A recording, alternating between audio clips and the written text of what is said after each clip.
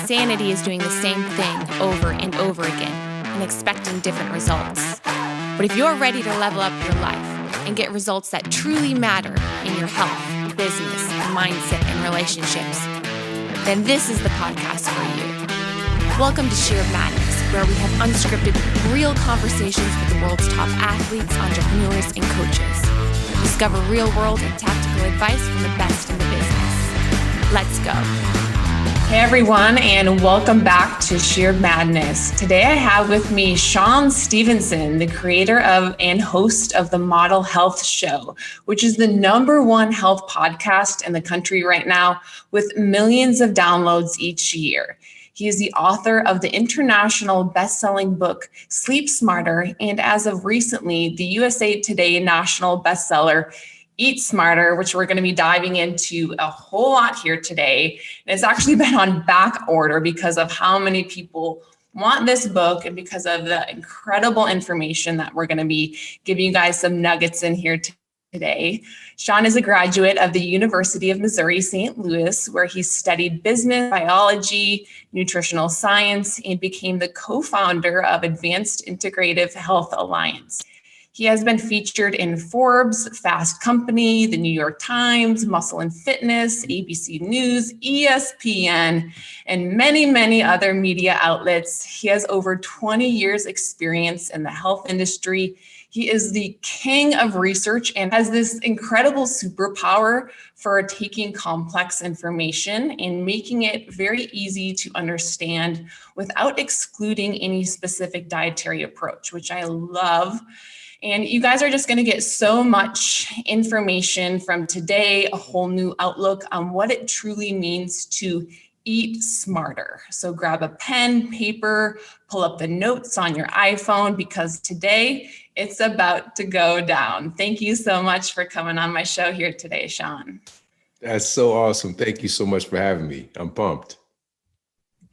So I truly believe that the research and work that you're doing is so important because it gives people back their power when it comes to their health versus just addressing the symptoms or following all of these cookie cutter diet plans that are out there, which I know I've been a victim to coming from the fitness industry. And nutrition, it's so easily misunderstood due to the media, the food industry, and even our Western medicine approach when it comes to overall health, with just giving people, these Band-Aids, medications, and not looking at the root of the issue. And no one's really talking about it from a functional medicine perspective. No one's looking at it to address the root cause, how every system in our body is interconnected between our gut, our brain, our liver, our gallbladder. Everything is influencing each other, and how the food we eat is influencing all of these processes in the body. So I want to start with today's podcast talking about fat loss, though, just because I know that this is the one area that everyone seems to struggle with the most. And coming from the fitness industry, and before I got into functional medicine, I used to think of nutrition solely in the terms of macros. And I know a lot of people look at it just in the terms of calories as well, too.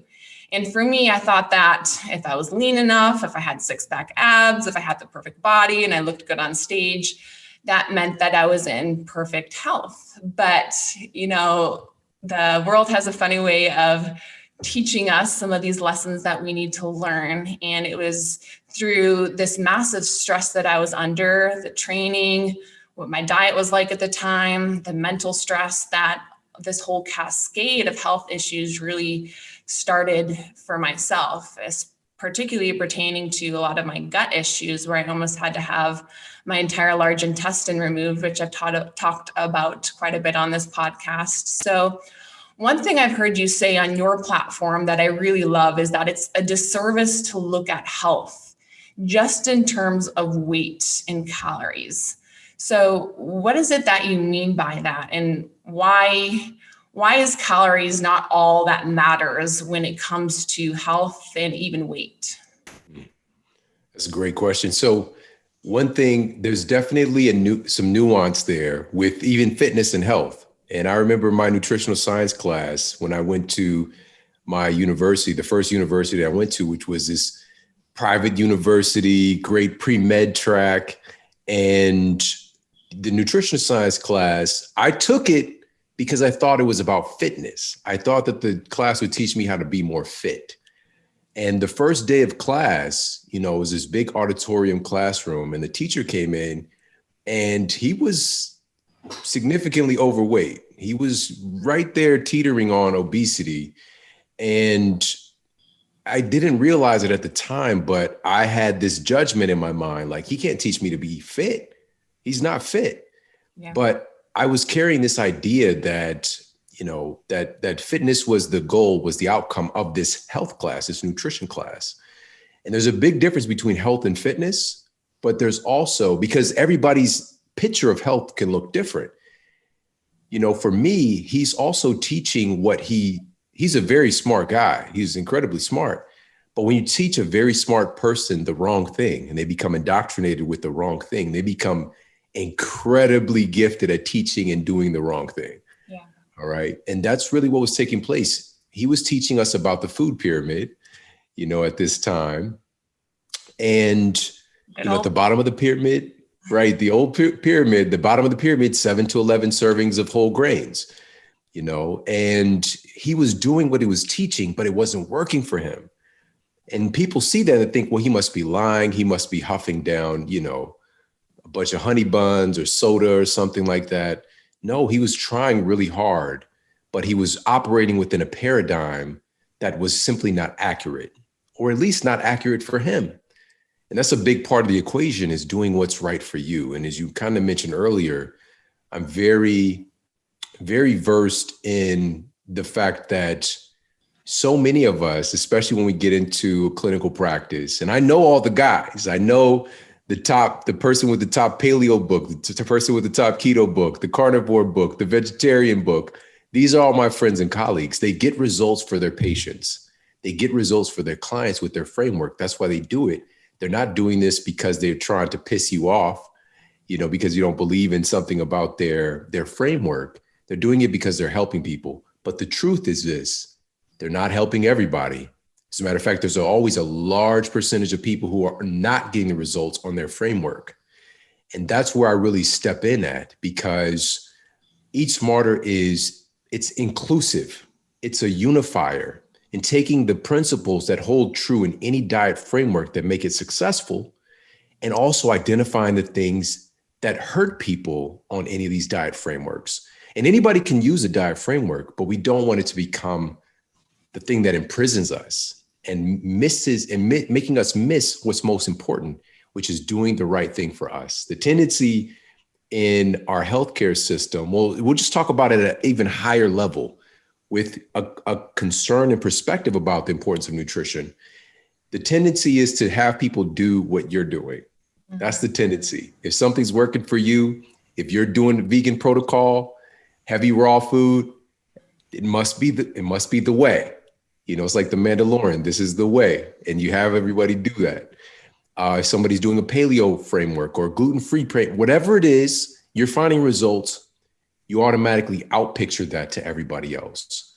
And it could be helpful, absolutely, especially with the broad principles of nutrition that are so skewed in our culture. Simply having somebody to, shift over and change their macronutrient ratio somewhat and reducing their carbohydrate intake, it's probably going to help a lot of people, just that one thing. And also concern to the quality of food. But there's always going to be a percentage of people who it doesn't work for. And so to bring this back to really answer the question, my first day of nutritional science class, the very first conversation, the first thing we talked about was calories. Mm-hmm. My teacher said that if you can control calories, if you can manage calories, you can manage your weight. If you can manage calories, you can manage your body composition. Keep in mind, again, he's not the picture of health. He's far from it, actually. But he's telling us about this principle that should guide our decisions with our food.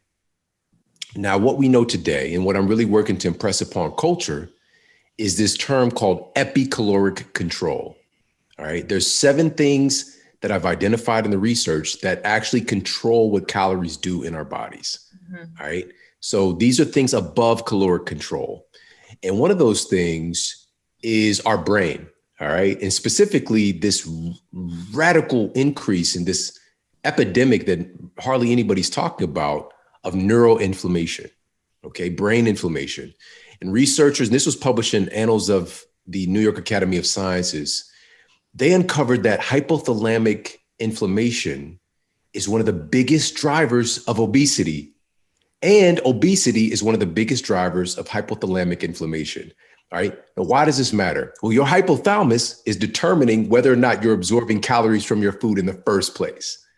This is not accounted for on a product label. All right. Your hypothalamus, to give an analogy, it's sort of like your body's internal thermostat.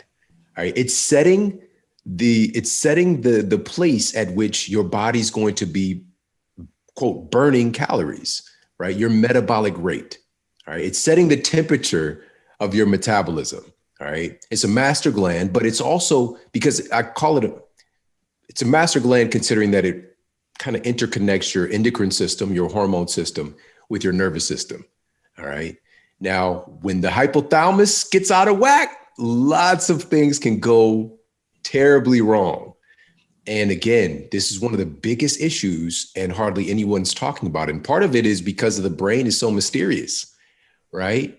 Your brain, and this is from researchers, and I've outlined all this stuff in Eat Smarter, by the way, but researchers from Yale University School of Medicine uncovered that just use this one portion, the connectivity between your brain and your gut via the vagus nerve.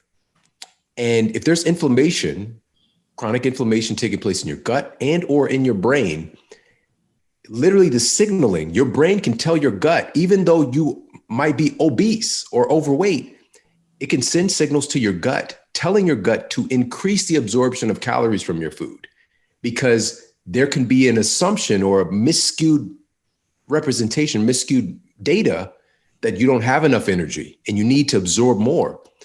Or your brain can also tell your gut to reduce the absorption of calories from the food that you're eating. All right. And again, this isn't accounted for. I've seen many patients over the years coming from seeing whoever, quote, weight loss doctor, and they've got them under 1,000 calories a day, and yet they're 200 pounds, and they're 5'3", and the weight, it's just stuck. And they're like, I'm broken. There's something wrong with me. These stories are so widespread, but yet we have this perception to blame the person. They're just not cutting enough calories. They're not doing it right. Yeah. Right. But the reality is far different. Yes, exactly. And what happens is it creates a state of learned helplessness, where people are trying so hard and trying so much, and they're so ridiculed by this profession that pays no attention to the things that are controlling what calories do in your body. That's one. I'm going to share one more really quickly. One of these other epicaloric controllers. So one of them is your brain itself, because your brain literally is telling your body what to do. All right. It supersedes caloric absorption in and of itself, and caloric expenditure. Your brain is controlling that process. Another one of these things, and we've been saying this for years in nutrition, but now we really know. When we say it's not just the calories, it's the quality of the calories, right? It's not just the calories, it's the quality of the calories. No, this is no joke. We know this for certain now, because there was this professor back in the day, he did the Twinkie diet. He just got in a caloric deficit, lost weight. And he's like, see, I told you, it's just calories in, calories out. But what this muscle too. Say it again. I said, and he probably killed all of his muscle too in the process. So oh my God. Yeah. Right. Yeah. The very definition of a Twinkie himself, yes. So this is the thing, is like asking, okay, what are you making your tissues out of? What are you making your beta cells in your pancreas? What are they made of? What are your immune cells made of? What are your hormones made of? Right? What are you making your tissues out of? You're making it out of Twinkie? Man, we've got a serious problem here. And so one of the studies that I kind of mapped out so everybody can really just extrapolate the big takeaway points with this point, which is what the researchers did, and this was published in Food and Nutrition Research. They want to find out what would happen if folks eat a meal of processed food versus a meal of whole foods. All right. So they gave one group of test subjects what they deemed to be a whole food sandwich, which was whole grain bread and cheddar cheese. All right. So that was the whole food meal. And that's, of course, people can argue that in of itself. But then they had another group eat what they deemed to be a processed food sandwich, which was white bread and cheese product. All right. And cheese product is like Kraft singles. Yeah. So it's not legally, there's not enough cheese to call it Kraft cheese. It's Kraft singles. All right. So they had test subjects to consume either sandwich. And here's the most important part. The sandwiches are the exact same amount of calories. They're the same amount of fats, proteins, and carbohydrates. So looking at it just through that lens of tracking macros, tracking calories, they should get the same results eating each sandwich.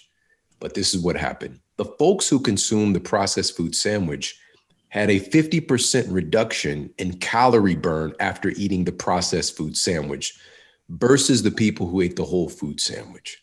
All right. What happened was this effectively created what I call hormonal clogs and made their system far more stingy at hanging on to the calories it just consumed. It created a hormonal disruption that literally changed the landscape of their metabolism, making it so that they're not expending calories at the same rate. So these are the things, again, whether we're doing a point system, caloric management, if we're not accounting for these factors, this is going to lead people to a lot of potentially long-term damage and especially a lot of frustration because we're not paying attention to the things that control what calories do in our bodies in the first place.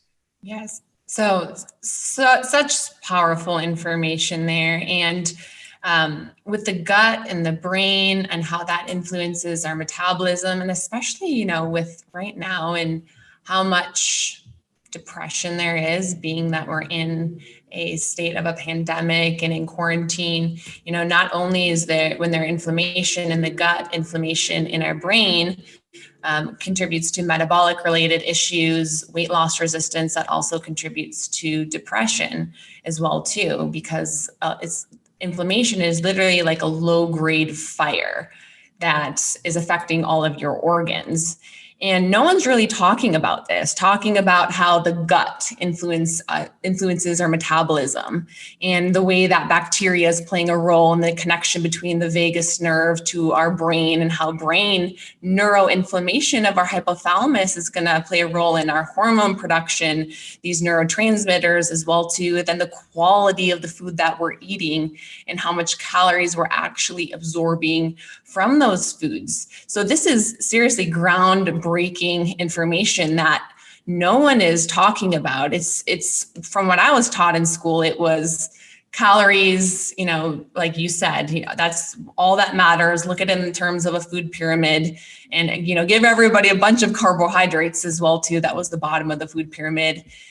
And, this is why we're in such an epidemic when it comes to obesity. But I want to kind of rewind a little bit, because I love one thing you talk about in your book, which is the idea of where calories even came from in the first place. Because I know you talk about, the whole bomb calorimeter and how we identify how much energy is in foods based off of that. But we also know that the complexity of the human digestive tract is far more complicated than just this bomb calorimeter between our gut microbiome, between digestive enzymes, between all of these other different systems as well too. So where did this idea of calories even come into play from the beginning?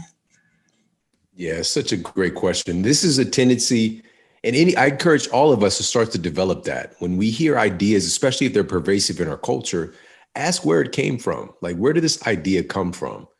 And for me, I think it's important first and foremost, before I even answer that question, to understand what is the results, all right? Has our caloric focus actually, has it actually shown really good results in our overall health as a nation?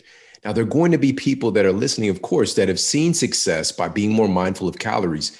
This is not to say it cannot be a valuable metric, but the reality is, food is so much more complex. The human body is so much more complex than to identify and isolate things just as simply as numbers. And if you look at the results, and this was a massive meta-analysis, and this was published in the peer-reviewed journal, Metabolic Syndrome and Related Disorders. And this was recently. This is prior to the madness that we've seen taking place that's taken our health even further away from, our human potential. They determined that only 12% of American adults are metabolically healthy. All right. Only 12% of American adults are metabolically healthy. All right. 88% of us are metabolically unhealthy, or experiencing some degree of metabolic damage and derangement, and there's all kinds of titles for these things. This could be lumped under the umbrella of, right, quote, syndrome X, or it can be lumped under the umbrella of diabetes and prediabetes, right? 135 million Americans are diabetic or pre-diabetic right now. About 60% of US Americans have some degree of heart disease right now and hardening of the arteries. 115 million Americans are regularly sleep deprived. 70% of our citizens, even still, we have all of these massive issues. 70% of our citizens are already on drugs. They're already on pharmaceutical drugs, but it hasn't gotten anything better. And so what I wanted us to do is just take a look at, is it working? Has our focus in our healthcare system worked? And has our focus in our nutrition system, even the one that exists? Because again, I've seen it so many times where we've got a dietitian who's struggling with the same things that they're trying to help in other people. Yep. Dramatically. I worked with a bunch of them. One of my first jobs, I worked at a hospital, and all of the dietitians there were overweight. And we did all these calorie recalls on all of our patients who were coming in. And it was the same thing. It was, no one was able to live what they were preaching and telling other people to do. Yeah. And these are, again, some of my friends and my colleagues over the years, wonderful people, but these systems do not care how good of a person you are if you're not abiding by the laws of the body and what your genes expect you to do. That's the big thing. We can have all of this knowledge, but today, even more so, we've got a massive amount of data without real knowledge, and like sitting with a thing and thinking a thing through and mapping it out. Like, okay, I'm doing this thing. Is it working? And when it's not working, we blame ourselves. I'm just not ketoing hard enough. I just need to keto harder. If this thing isn't working, I'm just not eating enough whole grains. I just need more whole grains. Low fat was the big thing, of course, when I was coming out of college, and even while I was in college. Okay, it's not working. I just need to eliminate more fat. And we're programming ourselves to believe that we're the problem and the system of education isn't the problem, when that's what is actually the issue. So, to say all of that, and the history of the calorie itself is very interesting. When the calorie was first, quote, invented, nobody was looking for it in terms of nutrition. That was not a concern. Any of our storied cultures with a great physical culture, like the ancient Greeks and Romans and the Egyptians, and the list goes on and on, there wasn't shit about a calorie anywhere. Nobody ever said anything about calories in any of the historical texts, because no one cared. People just ate food. And obesity was not a thing. I mean, very, very rare. Let's put it like that. It's very rare. And it was usually in the small camps of people who were living this life of indulgence, and sedentary lifestyle, and, more of the royal, well-to-do, aristocratic, that kind of vibe where they're getting access to processed foods and processed sugars, right? So again, very rare. And so nobody was looking for it when it was discovered. When it was discovered, it was used in physics and engineering. That's what the calorie, this measurement of energy, was used for. Then it made its transition into nutritional science thanks to Wilbur Atwater, which we use the Atwater system on product labeling. But that's kind of still a side note. He wasn't really the person who broke calorie and made it like popular, a part of our lexicon. The person who did that was a woman named Dr. Lulu Hunt Peters. All right, Dr. Lulu Hunt Peters. She's an absolute pioneer. Okay, but there's like famous and there's also infamous. And she impressed upon culture. She wrote a nutritional bestseller. And this was the early part of the 1900s. She sold over 2 million copies of her book. And to understand the scope of that happening back then, that's like everybody who can read had this book. It became such an pervasive part of our culture, and it changed everything, because this was the first time in popular culture that somebody in a position of prestige was telling people to change their perception of food. No longer is food this multifaceted, dynamic entity, because truly, even as I'm looking at you right now and you're seeing me, we're seeing the food that we've eaten, right? Everything about us is made from food. Our skin, our eyes, our brain cells, our heart cells, our immune cells, it's all made from food, right? Everything about us is made from the food that we eat. And so food becomes us. Mm-hmm. It becomes us. It is incredibly remarkable. We could spend like a whole segment just talking about that piece, but the most important piece is the shift away from that took place, where she said that you will no longer eat food, you will eat calories of food. We're making the shift from seeing food as this multifaceted, dynamic entity that becomes human to simply looking at it as numbers.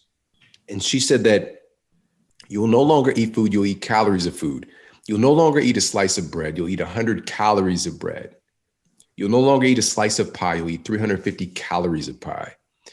And so by doing that, she maintained that if a woman of her height could have whatever she wanted, so long as she maintained a strict 1,200 calorie a day diet.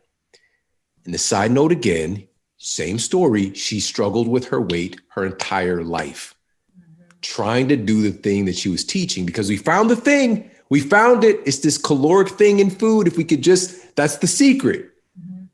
And it's simply not true. And it never has been true. And as you mentioned, the bomb calorimeter, it's this apparatus basically to find out the caloric energy in food. They take the food, put into a box, and then you put that box into another box filled with water, and you incinerate the foods substrate, the food stuff in that box with electrical energy. And how much energy is used to heat that water up, then you know how many calories are in there. Okay. That's a very rudimentary understanding of how it works. But right off the bat, we have conflicts, because this incineration is not how human digestion works. Mm-hmm. It totally negates the complexity of human digestion and assimilation and elimination. Right off the bat, it's incinerating everything that's there, and they're indigestible parts of the food, for example. Like there's so many different nuances there, making that inaccurate. But we don't even do that anyways. Food manufacturers are not using a bomb calorimeter to tell you how many calories are in their food. They're basically just making it up. All right. Now, let me pump the brakes a little bit. They're just doing some simple math and putting it on product labels based off of general assumptions. All right. Which is, you've got 4 calories for every gram of protein. You got 4 calories for every gram of carbohydrates. You got 9 calories for every gram of fat. You've got 7 calories for every gram of alcohol. We're just going to take that number and just do some simple math, right? If I've got 20 grams of protein, I'm just going to multiply that by 4, and then that's how I'm going to tell you how many calories are in this food product, right? So now, again, this negates human digestion, and this also negates the fact that products can be radically different in quality, in content, and also, this is a big one, the microbes involved. All right. The microbes involved in our own microbiome, but also when we're eating a food, we're also eating that food's microbiome. All right. If we're taking outside the realm of like just prepackaged shitty food, and we're just talking about, a package of berries, for example, when you're eating that berry, you're eating that berry's microbiome. And there are metabolic effects or metabolic determinations that happen within that interaction that determine how many, quote, calories you're able to absorb and your expenditure of those calories. You know, all of this is not talked about. And just to highlight what I mean by this, this was published in the journal Cell. They discovered that there's a certain microbe strain that they found in mice that blocked their intestines, that reduced the amount of calories they could absorb from their food. All right. And then you take that over into human studies. And I saw this in my clinical practice. In my clinical practice, I could have somebody send out for a stool sample, and I can get their report back. And without ever even seeing the person a day in my life, I could know with extreme accuracy whether or not they're obese, just based on their microbiome makeup. All right. And so to take this even further, what they did was, and this was from the Weizmann Institute, knowing that there's a certain bacteria cascade associated with obesity, they took fecal samples from people who have that microbiome makeup and implanted it into lean mice. And then they took samples from lean human subjects who had a microbiome associated with leanness and injected that or implanted that into lean mice. And by the way, this is one of the freakiest, weirdest topics today, but the science is absolutely insane. And I'll circle back and share one more little piece in a minute. But anyway, so the mice who received the fecal transplant from humans with the lean microbiome profile, the mice stayed lean. Even though they're eating the same diet, stayed lean. The mice who received the fecal transplant from people who had a microbiome associated with obesity, even though the mice are eating the same diet, these mice became insulin resistant. They gained weight and gained body fat simply by changing their microbes. All right. And then mapping this into human studies, we have identical twins, one of the largest databases of identical twins. This was coming out from researchers in St. Louis, where I'm from. And once they find a twin who has a microbiome associated with obesity, then they added them to the study. And while the other twin had the prerequisite of having a microbiome associated with leanness. So frequently, it was easily determined that the twin who had the microbiome associated with obesity, they became obese, even though they're in the same household eating the same food. They became insulin resistant more often and had all manner of health problems that are associated with obesity and insulin resistance, simply based on their microbes. So again, just to put a cherry on top of this point, all of these things are not considered in our interaction with food when we're talking about calories. Our microbiome, the microbiome of the food that we're eating, or lack thereof, if we're just eating, food that is totally devoid of any interaction or connection with nature anymore, and the microbes associated with that, right? The pathogenic bacteria, pathogenic fungi, the list goes on, that are regularly found in processed foods, right? That's not accounted for on product labels. What is this going to do to your metabolism and how your body actually interacts with calories? So I hope that all makes sense. It does. It does to me, but I know that this is brand new information for a lot of our listeners. And with my nutrition practice, we do a lot of gut microbiome testing, and we look at actually the ratio of good bacteria to bad bacteria, pathogenic bacteria, things like yeast, fungi that overgrow, even things like parasites as well too. And similar to what you said is you can actually look at someone's GI map and tell if they're overweight or obese because of the ratio of, I think it's the I can never say the name right. And I know you got it down, but it's the firmicides to the bacteroidetes. I heard you say it and I was like, that's how you say it. I've never been able to, but so many of my clients that I've seen even come in who are eating as little as possible and maybe even counting macros. They're making sure they're getting in enough protein. They cut carbs down extremely low. They have some good fats in there as well too. They're training really hard and they're like, I just can't lose weight.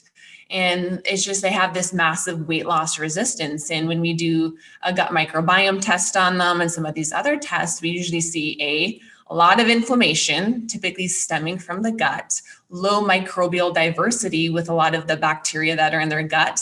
And they have a higher ratio of these types of microbes, the firmicutes to the bacteroidetes as well too. So typically what we start doing is working on how can we reduce this inflammation in the gut? How can we create more of a diverse microbiome?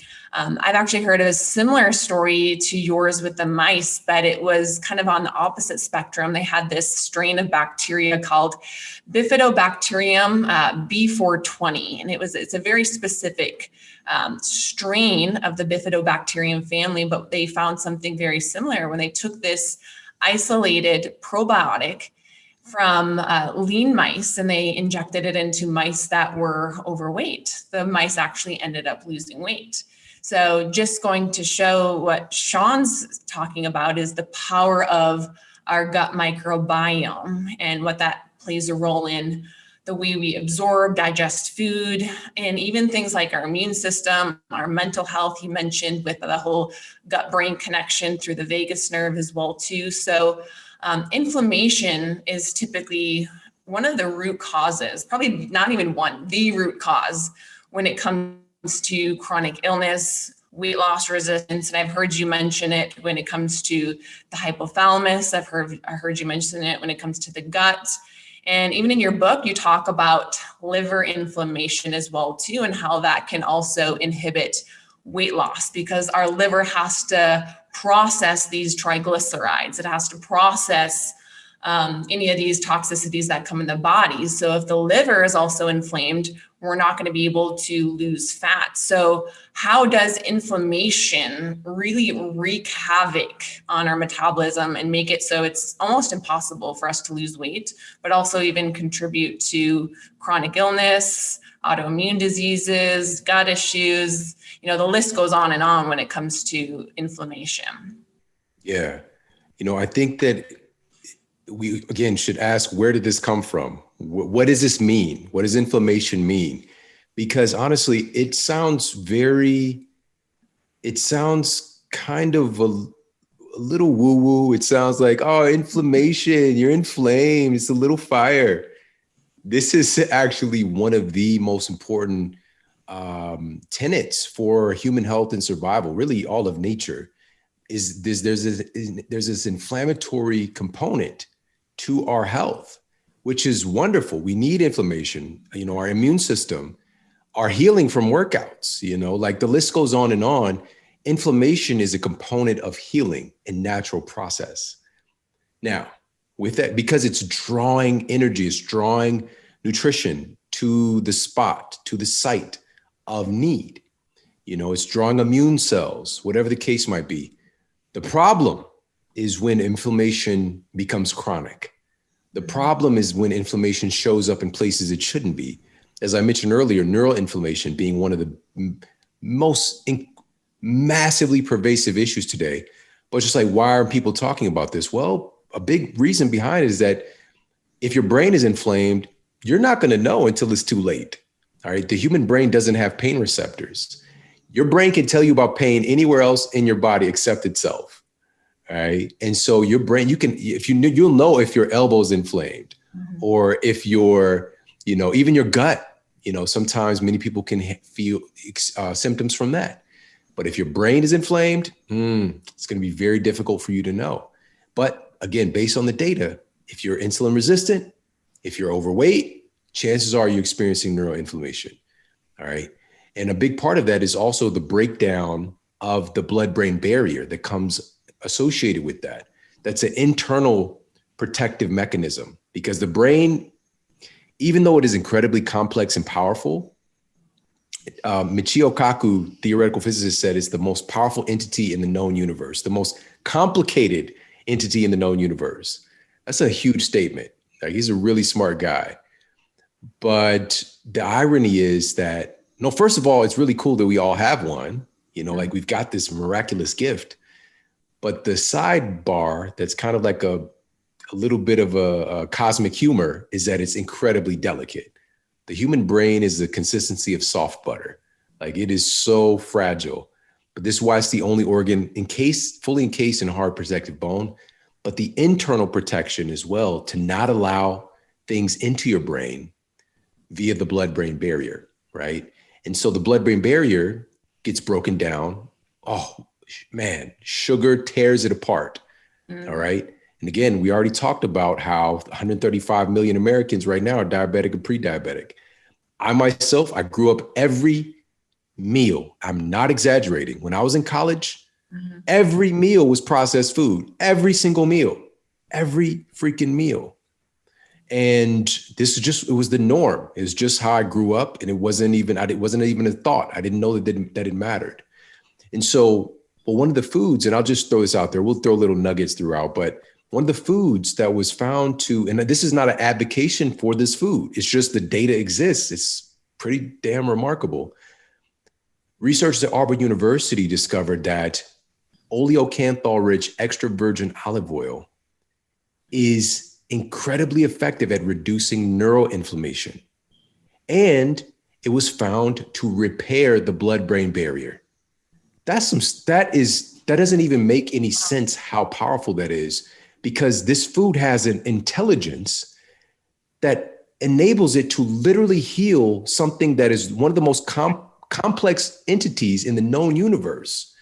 So I don't care if people like olive oil or not. The data exists, and I just feel people should know about it. So the researchers found it was 2 to 3 tablespoons a day. But even within that construct, there's nuance there, because historically, and by the way, olive oil has been like centuries, thousands of years, it's been utilized. Highly refined seed oils like canola oil, corn oil, quote, vegetable oil, that shit is new. That's only been literally the past few decades that humans started doing this.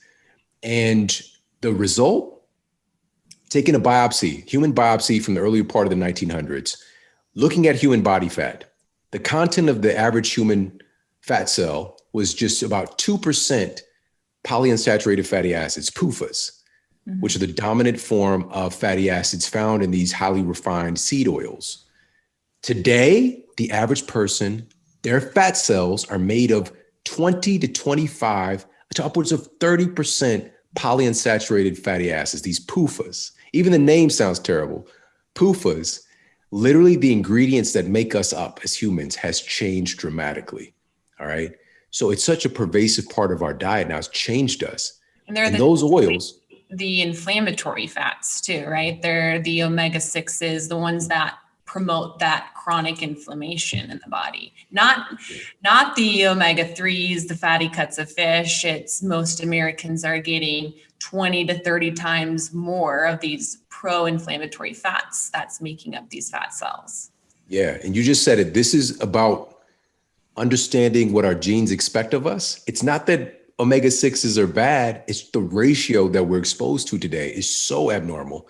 These are well noted to be the more pro-inflammatory of the omega fatty acids. We need them, but we might see historically, maybe 3 to 1 to upwards of even, 15 to 1, we'll say, of omega-6s to omega-3 ratio. Today, we see 50 to 1 ratio for many people coming in. It's changing the construct. We have a much more inflammation generating nutrition protocol. And by the way, one of the craziest studies in Eat Smarter, that from the most prestigious journal on inhalation toxicology, found that even smelling canola oil, even smelling vegetable oil while cooking it can damage your DNA. Wow.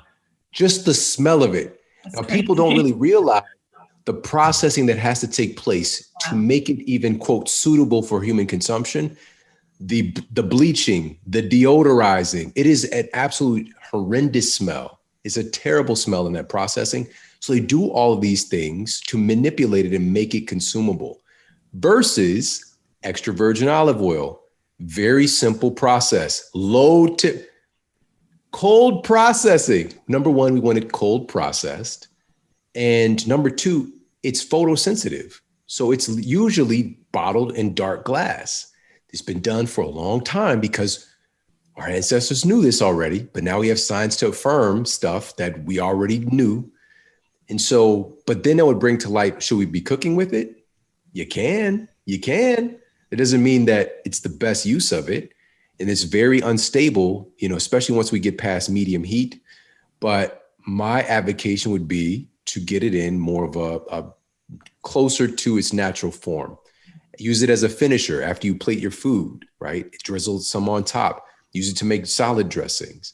Historically, people are just putting it on some sourdough, right? They're just having the oil very close. You can cook with it. It is definitely going to be far safer for you than these quote vegetable oils, which is not made from vegetables, by the way. It's just marketing. It's just so annoying. It's not broccoli oil.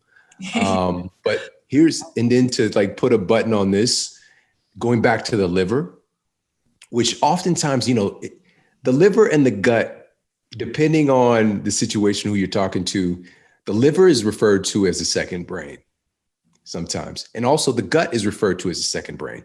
There's a tremendous amount of neurotissue associated with both of these, especially in the gut. My goodness, there's like 30 neurotransmitters, just a mass of neurotissue. It's very, very, the gut is hyper intelligent. The liver is hyper intelligent. Now, researchers at the University of Louisville identified more than 300 environmental chemicals regularly used, approved by our EPA, approved. 300 of them, mostly pesticides, that are now found to contribute to non-alcoholic fatty liver disease. It's done. It's proven.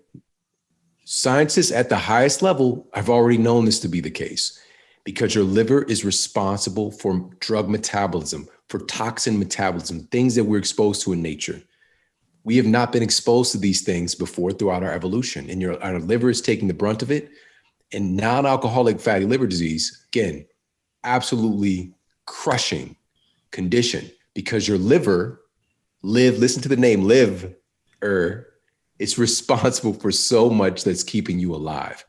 And when we have an inflamed liver, one of the things that kind of gets turned up is this process called lipogenesis, the creation of fat, because your liver is also trying to manage your blood sugar, right? It has a major role in that, especially when we get into a place of insulin resistance. Then a lot of that is getting like glucose in your bloodstream can be very dangerous. All right. It's like, I like to kind of liken it to little shards of glass. All right. That can start to tear stuff up. And so your body takes it very seriously to get that glucose into the cells. But when the cells become resistant because of that haphazard intake of glucose, it starts shipping it to your liver. And your liver, with its infinite intelligence, can convert it into other things. All right. And it can package it up, actually, and ship it to different places in the body. It actually packages it up, creating a molecule, very low dense lipoprotein, all right, VLDL, to send it and distribute it, put it wherever it can, right? And these are when we're talking about the particle size, right? That's a big part of the conversation today as well, when we're talking about LDL and HDL and all that stuff. But a big driver of that is excess carbohydrate coming in, specifically in the form of these refined sugars, triggering this process of inflammation, of fat creation, and also the creation of more of the dangerous, not that they're totally dangerous, but more likely to be problematic VLDL particles, very low dense lipoprotein particles. So, these are just some of the issues behind why inflammation is a big concern. A couple of things that we could do about it. Of course, avoiding the things that's creating the damage, right? These pesticides, herbicides, rodenticides. Enough is enough. I'm really just sick of it. I've been talking about this for almost 20 years, and we're really started to make a difference. But then this happened, right? Everything got shut down, and the consumption of processed foods skyrocketed. Yeah. Some processed food companies, the shelf stable foods, no one was running for all the vegetables, the fruits. It was, let's hoard as much of these processed foods as possible. Yeah. I mean, I remember going to the store, and seeing that, everybody was there's this paranoid look in everybody's face. There was so much kale. There's so much lettuce. The produce section was just,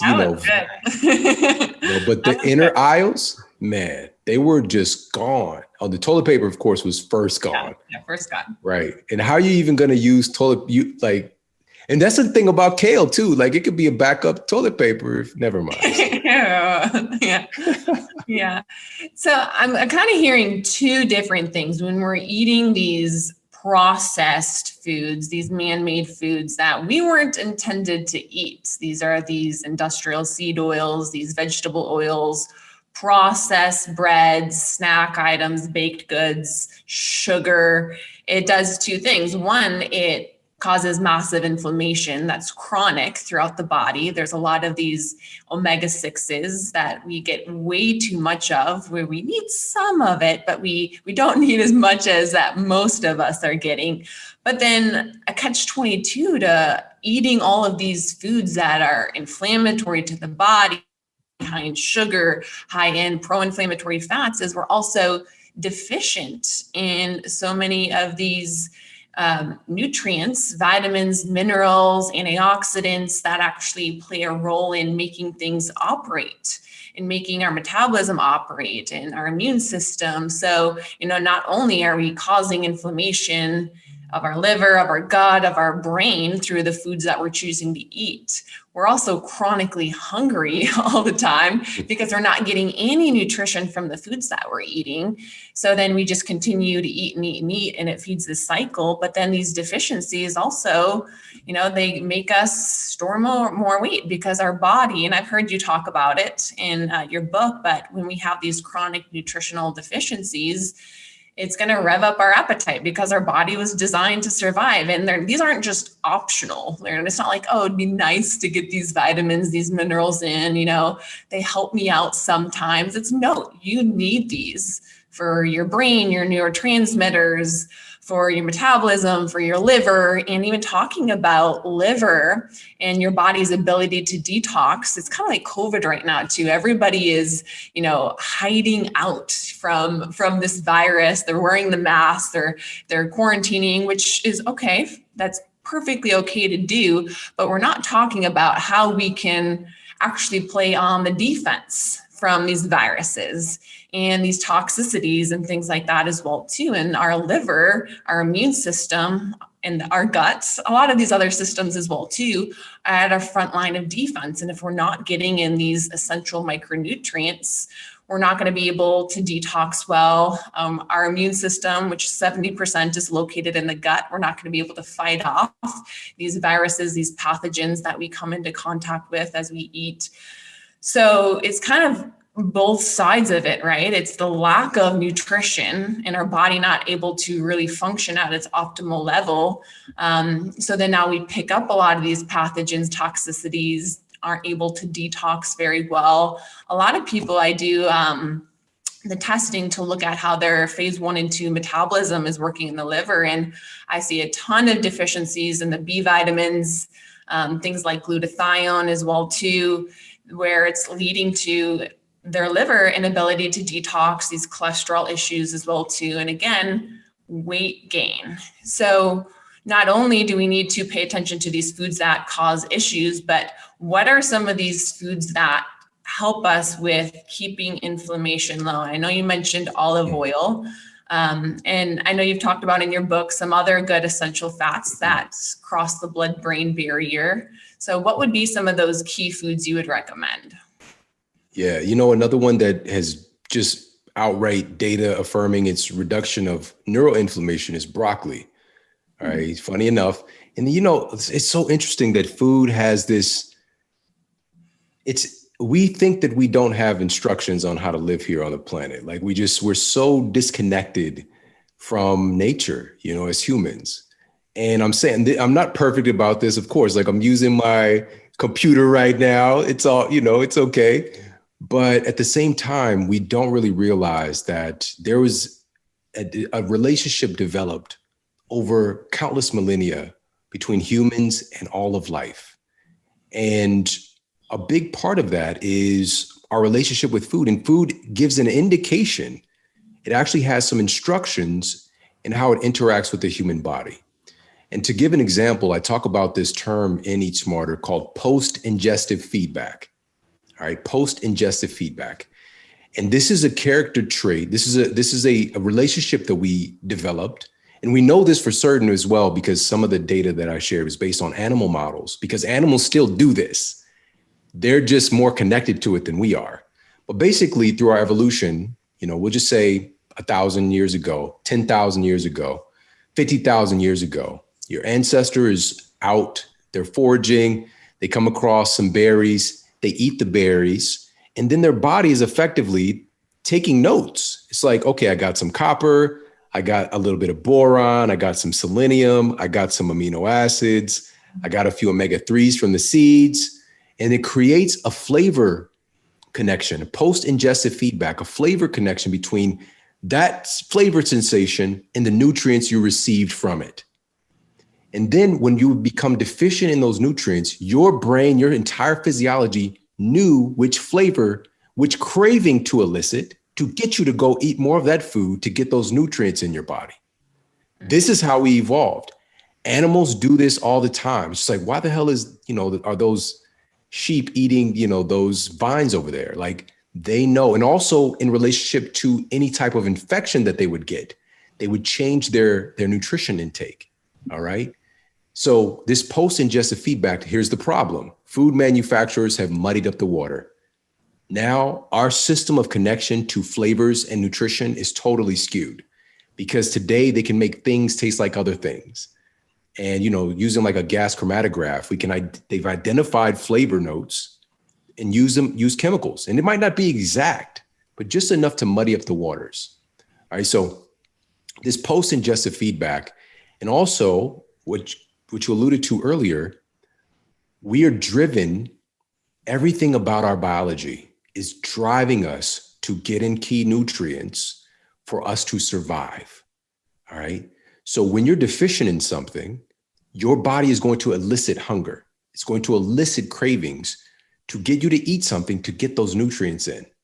But again, what do? We go to the refrigerator, grab a Hot Pocket. I'm just seeing it from my own experience. Mm-hmm. We throw that, we put it in the microwave. It's got its own little Hot Pocket, little box thing that you put in the microwave to make it perfectly Hot Pockety.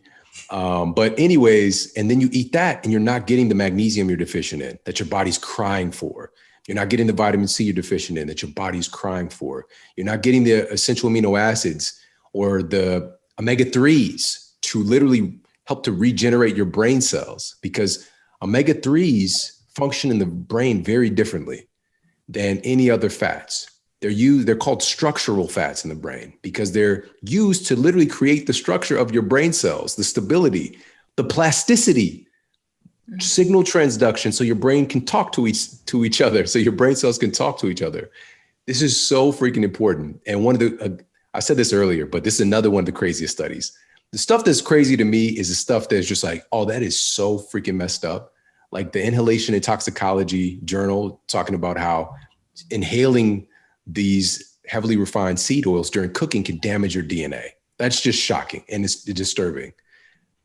What these researchers found with omega-3s, and this is DHA, okay, DHA and EPA. These are the types of omega-3s, not ALA. ALA is the plant source, which I talk about the benefits of that, but it's not the same. It does not get that express pathway through the blood-brain barrier. There's that toll booth, very hyper-intelligent toll booth that allows DHA and EPA into the brain to actually create and create stability in your brain cells.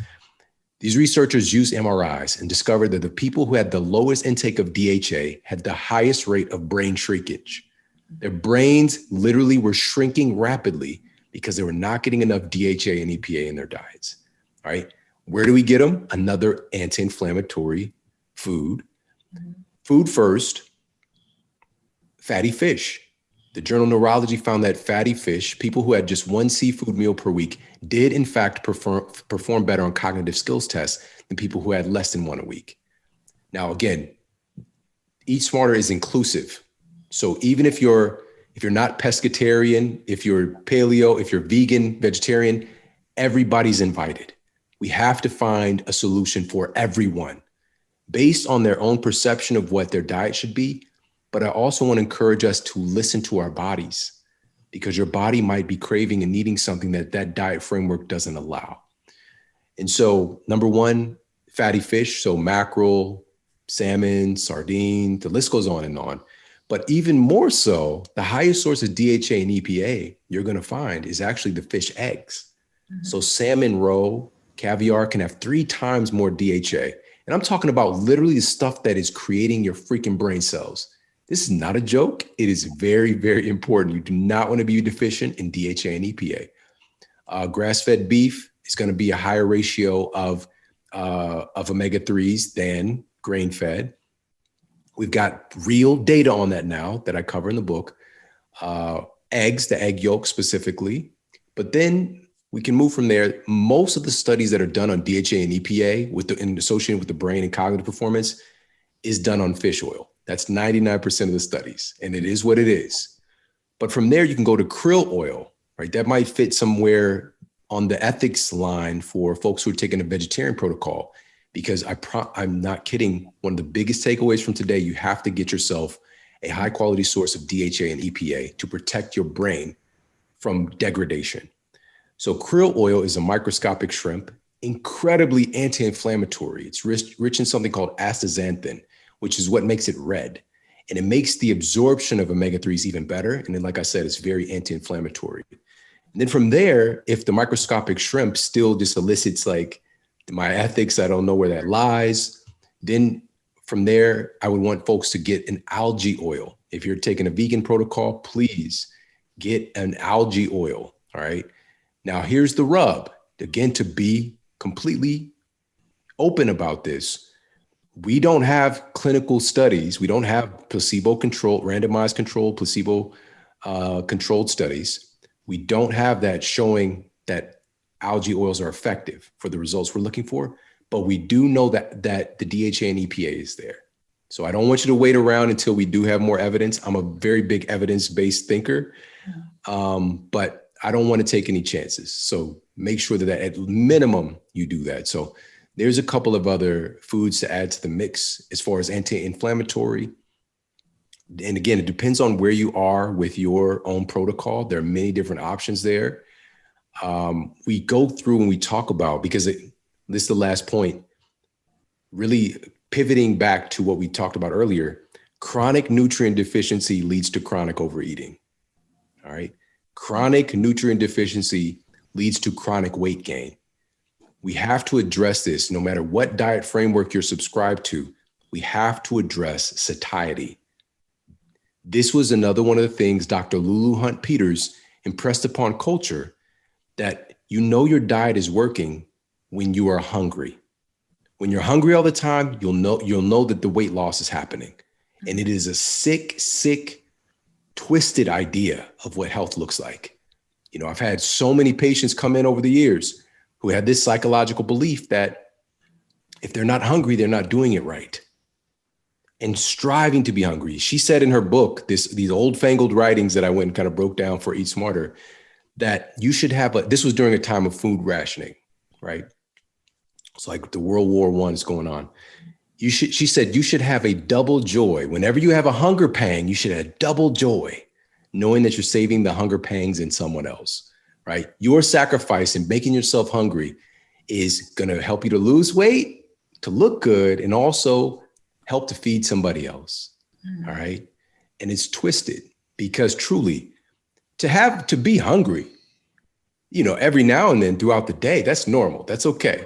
But to have chronic, pervasive, constant hunger, to eat a meal and then be hungry shortly thereafter, as if you didn't even eat, how I grew up, man, something is wrong. Your body's giving you feedback. Something is wrong.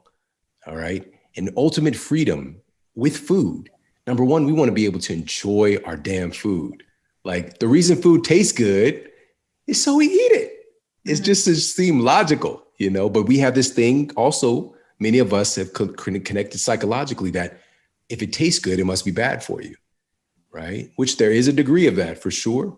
But what if pleasure is really the ultimate goal? You know, the guidance, but pleasure from real food. So your brain can link up and have post-ingestive feedback, so that the nutrition you're bringing in can help to regulate your hunger and satiety hormones. There's not just two, leptin and ghrelin. I go through and break down all of the most important of our hunger satiety hormones in the book, specific foods that help to regulate them so that we can get our body's inner intelligence back online again. Yeah. And I'd say most of my clients who come to me, they're eating these small, frequent meals throughout the day. There maybe it's even like, if it fits your macros, calorie-based approach, where they're chronically hungry all the time. And I can relate to that myself. When I was competing, although I was burning a lot of energy, I just wasn't getting a whole lot of nutrition from my food. It was very simple carbohydrates, getting in the protein I needed, and, very few fats in my diet, which led to this chronic hunger all the time, not to mention the chronic inflammation and the catabolic effects that it had on my gut, which started a lot of my health issues as well too. And one of the biggest things my clients always tell me is, they're like, wow, I'm eating a good amount of food. It's real food. And I feel very full. I feel very satisfied, and they're losing weight in the process. And that's just such an incredible thing to hear as a nutritionist, because you're eating food, you're enjoying the food, you're not having to think about food 24/7, because how many times have you eaten a meal and then been like, what am I going to eat next? What am I going to eat next? And it's just a lot of focus on food. And we're a very food focused society right now. And I think I love what you said about how we can enjoy food. We should enjoy food. It should taste good. It's like a steak. I love steak, grass-fed and finished if I can find it, with some good vegetables. Maybe sometimes I'll throw in there some sweet potatoes. And, but when I feel full, I stop eating it. My satiety hormones kick in. I feel satisfied. I've gotten the good protein sources, amino acids, the healthy fats from it. I've gotten some fiber from these vegetables, the nutrition, and my body tells me I'm full. Now, if you were to give me a bunch of popcorn or processed foods, even ice cream, these hyper palatable foods, these foods that just taste so good, you can't stop. And it just overrides all of these hunger hormones that your brain releases, or it even stops them as well too. So it increases your ghrelin, that hunger hormone that you mentioned. And you just can't listen to what your body's actually telling you. But it's when we eat real food and we enjoy it, we should enjoy it, but we can actually, hey, I feel full, I feel satisfied. And we weren't designed to also eat 6, I've even seen competitors 8 meals per day. We were never in history designed to eat in that way. And I know the old, and the old advice was to keep your metabolism going.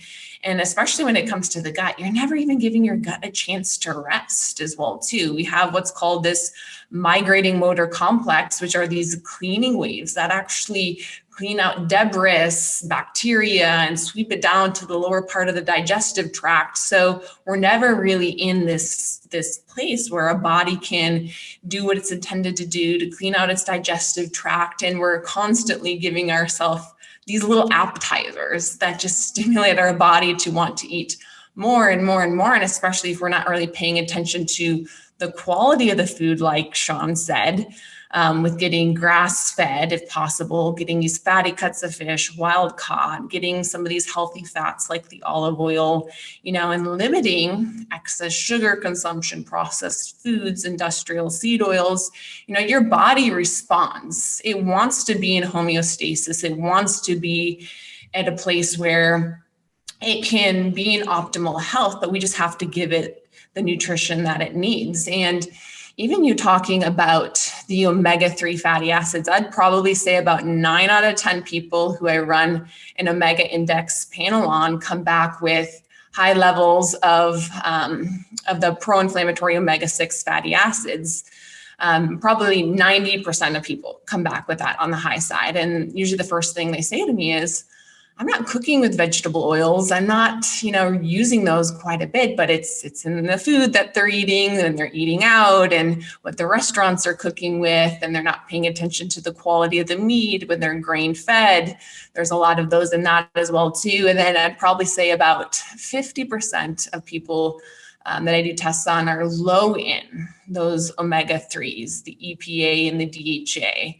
just because we're not getting enough of those from our diet, from the fish oil, the caviar as well too, which when I heard you mention that when I was listening to your book, I remember I was out to eat at a restaurant and they actually were serving caviar, and it's not my favorite, I have to say. It's a little bit fishy to me, but I remember kind of being like, all right, I got to get my DHA to limit my brain's shrinkage and thinking that precisely. But it's just such powerful information. And for those that are listening here today, you know, if you can even just take one thing, like how can I get more of these omega-3s, EPA, and DHA in my diet from fish oil, caviar, if you want to be fancy, if you want to maybe add in some of these algae, these are things that, you know, we need to be talking about these things because this is your mental health, this is your metabolic health. And it's unfortunate that we have a food industry that pays no attention to health. And then we have a health industry that pays no attention to food. So it's really up to conversations like these, where we're talking about the gut, the brain, inflammation, these foods that can either promote health, wellness, metabolic well-being, or can do the exact opposite, can cause chronic disease, inflammation, neuroinflammation, gut inflammation, and lead to, you know, kind of like what we're in today, where, you know, 80% of the population is overweight or obese, and, you know, 2 out of 3 people are suffering from a chronic illness. So this is such important information to get out there. So thank you so much, Shawn, for coming on the podcast and sharing all of this with everybody. I do have a couple more questions for you, and I've always wanted to ask another nutrition this, but let's say you had one meal that you could eat for the rest of your life. What would that consist of? Oh my God. That is so against my I know. psychology. That's so tough. Man, you know, I'm gonna plead the fifth. I can't even answer that question. You know, I love food so much. Yeah. But I mean, you know, I think that, and also I'm very aware of like people wanting to eat what I eat. Yeah. And so I kind of reserve myself in those situations.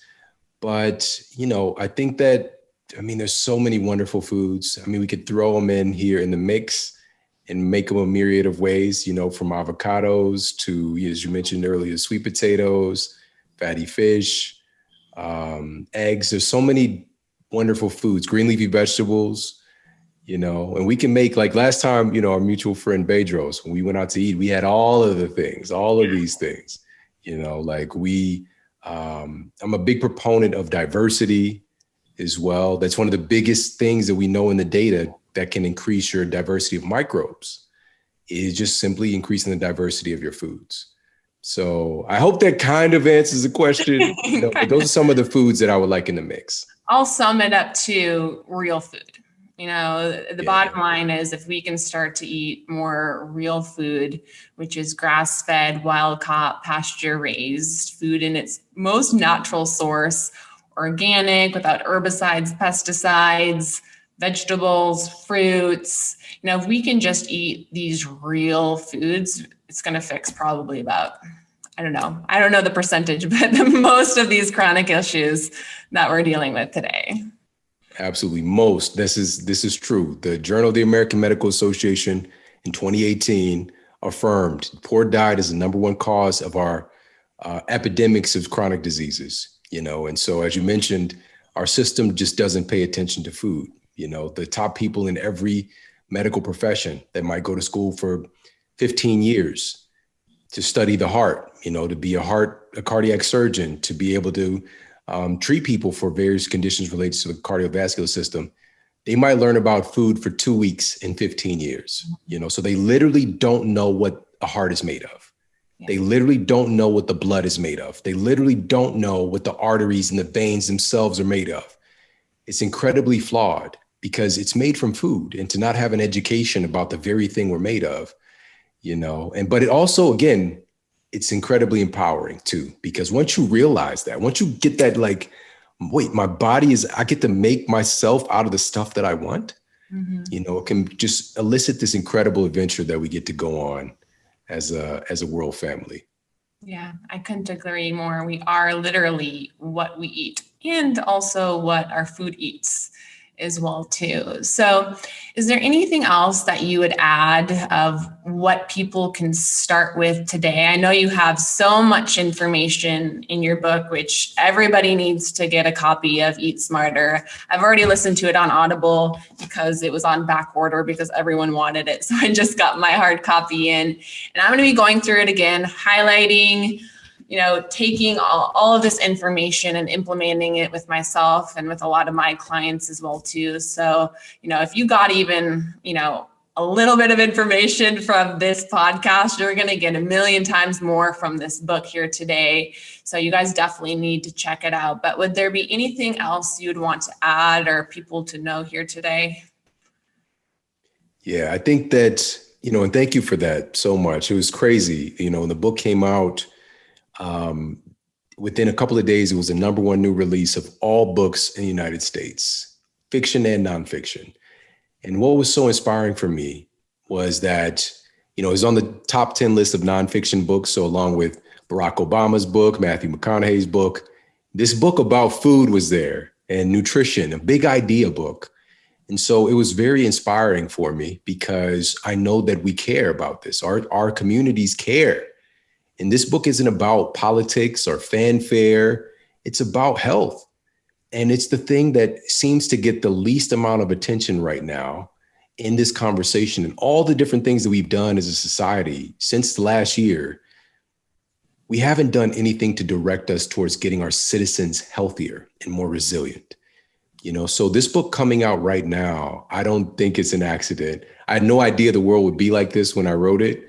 But there's so many different ideas in the book and insights, strategies that apply to the things we're dealing with, including, you alluded to this a little bit earlier, but just seeing food in this one lens of being about our weight.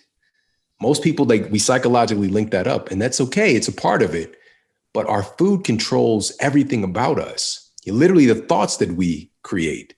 Our brain cells are made from food, and so I wanted to bring forth the data on how food controls our cognitive ability, and peer-reviewed studies demonstrating which foods can improve our memory within days, which foods can improve our ability to focus, which foods help us to manage stress and to keep our attention heightened even when we're under stress. How does food affect our emotional stability and how we relate to each other, right? Because for big changes to happen, we have to be able to communicate. And right now there's a massive lack of communication happening and just so much turbulence. And the data shows clearly that this has a lot to do with our state of health as a society. So we're pointing to that. We're looking at the evidence, but also how do we get from here to where we need to be? What are the top down and bottom up changes? Because of course, the bottom up, there's a personal responsibility aspect to it. But then there's a systemic issue as well, because somebody like myself who comes from an environment that's given this term now, food desert, not having access, all I need to know was what was possible. I just needed exposure. And so how do we create community-wide change to make being healthy easier and more accessible? So all of those things are packaged in the book. And also one of the things I don't talk much about too is the psychology aspect and how our thoughts about our food affect what our bodies do with the food that we eat. And it's some of the craziest, most powering, but also very sobering aspect of the data. So we're incredibly powerful at determining our outpicturing of our health. But I think this is the first time people are really getting an owner's manual on how this stuff works. We're taking people behind the scenes and teaching them how their metabolism works. How does fat loss work? How does it work? Where does fat go? And demystifying these things. But most importantly, understanding how powerful our minds are, because everything that we do, everything about us, everything, every action, every thought that we have is based on who we believe ourselves to be. Mm-hmm. And so we have to move away from being somebody who is a victim of our circumstance and start to understand we're creator of our circumstance as well. So I wanted, number one, of course, to get education in a fun way, but also to have a tool of massive empowerment so that we can start to see some of the changes that we really need to see. So yeah, I appreciate you so much. Thank you for having me on. And, people can pick up the book now. Like you mentioned, they're back in stock. They were sold out after a week of it coming out. It was crazy. I know. It's such a perfect time, like you said, to come out with a book like this. And I know you mentioned this at the beginning, but I just want to reiterate this book is a unifier, everybody. So it doesn't matter what nutritional philosophy you follow. This is about how fat loss works, neuronutrition, the foods that your body needs to operate at its peak capacity, regardless of what your dietary religion background may be. So this is just going to help you get the research you need, presented in a way that's very easy to understand. I love all the analogies that you do in the book because I'm like literally laughing the entire time too, as I'm listening to the Audible. And even listening to it, I loved it so much too, because you present it in such a fun way that's easy to understand with your analogies that you give. I love the movie theater with the fat loss. That was probably one of my favorite ones. Definitely stealing that one. But definitely you guys check out this book. It's for everybody and it's gonna give you the information you need to really take back your health and understand what it is that we need to do. And it's through these conversations like Shawn and I are having today that we're able to take back the power, especially when we're in a time where, we don't have a whole lot of control of the things that are happening around us between the lockdown, between the regulations with the masks, but we always have control over our health at the end of the day. So that's one thing that we can always focus on. So Shawn, it's been an honor and thank you so much for coming on today. Awesome. Thank you so much for having me. All right. If you guys enjoyed today's podcast, do me a favor, hit the subscribe button, share it with a friend. There was so much valuable information today. Give Shawn a follow, check him out on the Model Health Show, and definitely don't forget to pick up his book, Eat Smarter. This has been Sheer Madness.